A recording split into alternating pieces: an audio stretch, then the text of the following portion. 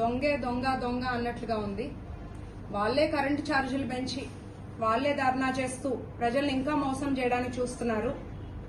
వాళ్ళు గతంలో అధికారంలోకి వస్తే 200 యూనిట్లు ఉచితంగా కరెంట్ ఇస్తామని చెప్పి ప్రజల్ని మోసం చేసి అధికారంలోకి వచ్చాక కమిషన్స్ కి ఆశపడి అధిక రేట్లకి కరెంటు కొని ఆ నష్టాన్నంతా ఆ భారాన్నంతా కూడా ప్రజల మీద వేశారు.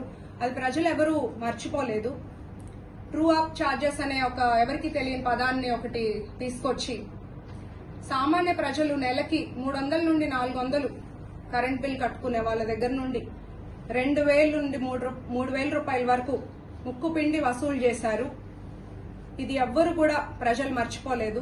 గత 5 ఏళ్లలో చూసుకుంటే 10 సార్లు కరెంటు ఛార్జీలు పెంచారు. మీ ప్రభుత్వం చేసిన అవినీతి వల్ల విద్యుత్ భారాలు రాష్ట్రం మీద 1,29,000 కోట్లు.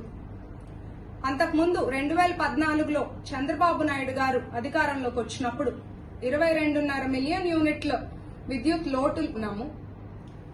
తర్వాత తెలుగుదేశం పార్టీ అధికారం వైసీపీ చేతిలో పెట్టాక 2019లో మిగులు విద్యుత్ ఉండినప్పుడు ఈ 5 ఏళ్లు చూసుకుంటే గతంలో 10 సార్లు కరెంటు ఛార్జీలు పెంచారు. మైలవరం సోలార్ ప్లాంట్ మీద దాడి చేసి దాన్ని ధ్వంసం చేశారు.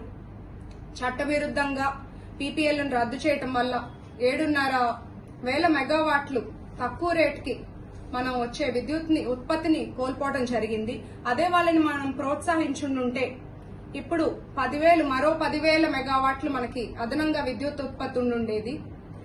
దానివల్ల రాయలసీమ ప్రకాశం జిల్లాలో ఎంతో మంది యువతకు ఉద్యోగ అవకాశాలు ఉండేది. అట్లాగే మన రాష్ట్రంలో కూడా మనకి ఇంకా మిగులు విద్యుత్ ఉండేది. పక్క రాష్ట్రానికి కూడా మనం అమ్మి లబ్ధి పొందేవాళ్లము. అట్లాగే చూసుకుంటే పోలవరం జల విద్యుత్ కేంద్రం 2021లో పూర్తి చేయకపోవటం వల్ల మనకు జరిగిన నష్టం 4,737 కోట్లు.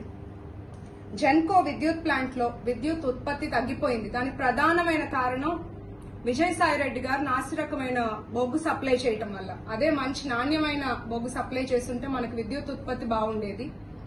విద్యుత్ సంస్థల పైన 49,000 కోట్ల అప్పులు చేసినా కూడా ఒక విద్యుత్ ప్లాంట్ నిర్మించలేకపోయారు. నిర్మాణం పూర్తయి విద్యుత్ ఉత్పత్తికి సిద్ధంగా ఉన్న కృష్ణపట్నం బీటీపీఎస్ లాంటి పోర్టులు సకాలంలో అక్కడ ప్రారంభించకపోవటం వల్ల దీని కారణం చూపించి విద్యుత్ కొరతలు సృష్టించి బహిరంగ మార్కెట్లో అదనపు రేట్లకి విద్యుత్ ని కొని ఆ భారాలన్నింటినీ కూడా ప్రజల మీద వేశారు. దానివల్ల 2,700 కోట్ల నష్టం రాష్ట్రానికి. ట్రాన్స్ఫార్మర్, స్మార్ట్ మీటర్స్ అన్ని లాంటి పరికరాలను కమిషన్స్ కోసం అధిక రేట్లు కొనటం, మళ్లీ కోట్లలో నష్టం. అధిక వడ్డీ రేట్ల వల్ల 10,892 కోట్లు మనకు నష్టం జరిగింది. సెకీ ఒప్పందంలో 1,750 కోట్లు లంచం తీసుకున్నట్టుగా అమెరికా కోర్టులో జగన్మోహన్ రెడ్డి గారి మీద కేసు నమోదైంది. ఆ ఒప్పందంలో ఏడాదికి 3,850 కోట్లు అంటే మొత్తం 30 ఏళ్లకి 1,00,000 కోట్ల వినియోగదారులపై నష్టం ఇప్పుడు గత ప్రభుత్వం వల్ల జరిగింది.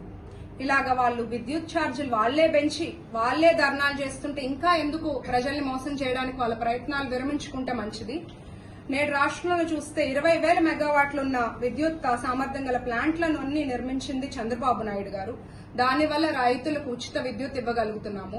అలాగే ఎస్సీ, ఎస్టీ, కొంత బీసీ కుల వృత్తిదారులకు కూడా 200 యూనిట్ల వరకు ఉచితంగా కరెంట్ ఇవ్వగలుగుతున్నాము. ఆక్వా రైతులకు ₹50 విద్యుత్ ఇవ్వగలుగుతున్నాము.